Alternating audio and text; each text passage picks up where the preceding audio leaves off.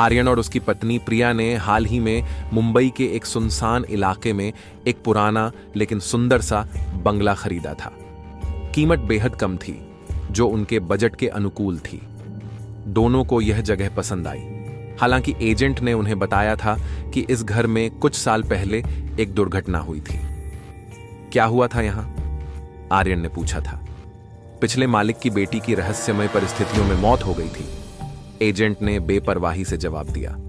लेकिन घर पूरी तरह सुरक्षित है, बस कभी कभी लोग अंधविश्वासी हो जाते हैं। प्रिया ने आर्यन की तरफ देखा। हमें इसकी परवाह नहीं करनी चाहिए, यह घर हमारे लिए बिल्कुल सही है। और इस तरह वे उस घर में शिफ्ट हो गए।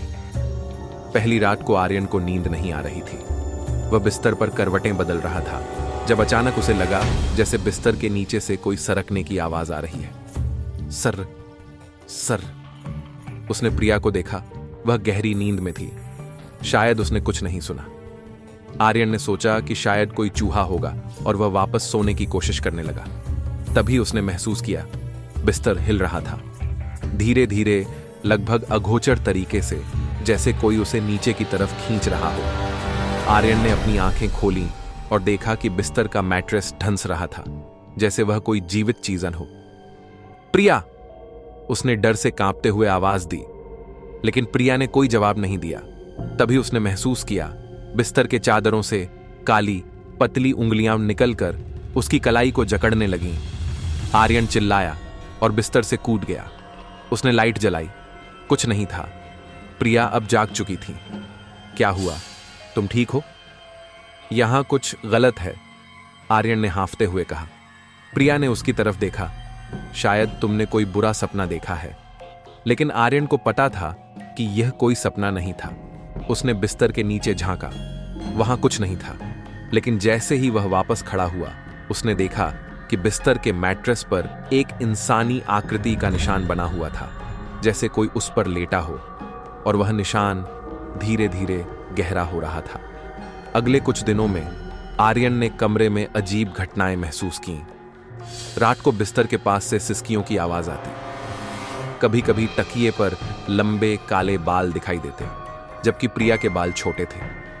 सबसे डरावनी बात, जब भी आर्यन अकेले सोता, उसे लगता जैसे कोई उसके कान के पास सांस ले रहा हो। एक रात आर्यन ने प्रिया से कहा, हमें इस घर को छोड़ देना चाहिए, यहां कुछ ठीक नहीं है।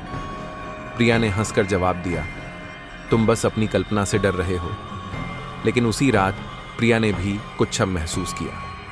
प्रिया ने आंखें खोलीं तो देखा कि बिस्तर का एक कोना फूल रहा था, जैसे कोई उसमें से बाहर आने की कोशिश कर रहा हो। और फिर एक हाथ बाहर निकला, काला, सड़ा हुआ, लंबे नाखूनों वाला हाथ। प्रिया चीखी, लेकिन आवाज नहीं निकली। वह हिल नहीं सकती थी। हाथ ने उसकी बांह पकड़ ली और खींचना शुरू कर दिया। आर्यन जाग गया और उसने प्रिया को बिस्तर के अंदर ढंसते देखा। मैट्रेस अब एक मुंह की तरह खुल चुका था, जो उसे निगलने की कोशिश कर रहा था। आर्यन ने प्रिया को पकड़कर खींचा।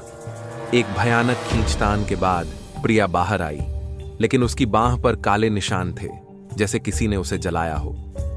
उस रात के बाद दोनों ने घर छोड़ने का फैसला किया, लेकिन जाते जाते आर्यन ने पड़ोस में रहने वाले एक बुजुर्ग से पूछा, क्या आप इस घर के बारे में कुछ जानते हैं? बूढ़े आदमी ने डरते हुए कहा, यह घर कभी एक तांत्रिक का था। उसने अपनी बेटी की बलि देकर उसकी आत्मा को इस बिस्तर में कैद कर दिया था। वह भूखी है और वह ताजा मांस चाहती है। आर्यन और प्रिया ने शहर छोड़ दिया, लेकिन उन्हें हमेशा यह डर सताता रहा कि कहीं वह बिस्तर उन्हें ढूंढ न ले। कुछ महीनों बाद आर्यन को एक अजनबी का फोन आया। सर, आपका सामान हमारे गोदाम में पहुंच गया है, आपका पुराना बिस्तर भी। आर्यन का खून सूख गया। उसने तो कभी कोई बिस्तर नहीं भेजा था। और फिर रात को जब वह सोने के लिए लेटा, तो उसने महसूस किया बिस्तर एक बार फिर हिल रहा था। क्या तुम्हें लगता है कि तुम्हारा बिस्तर सुरक्षित है?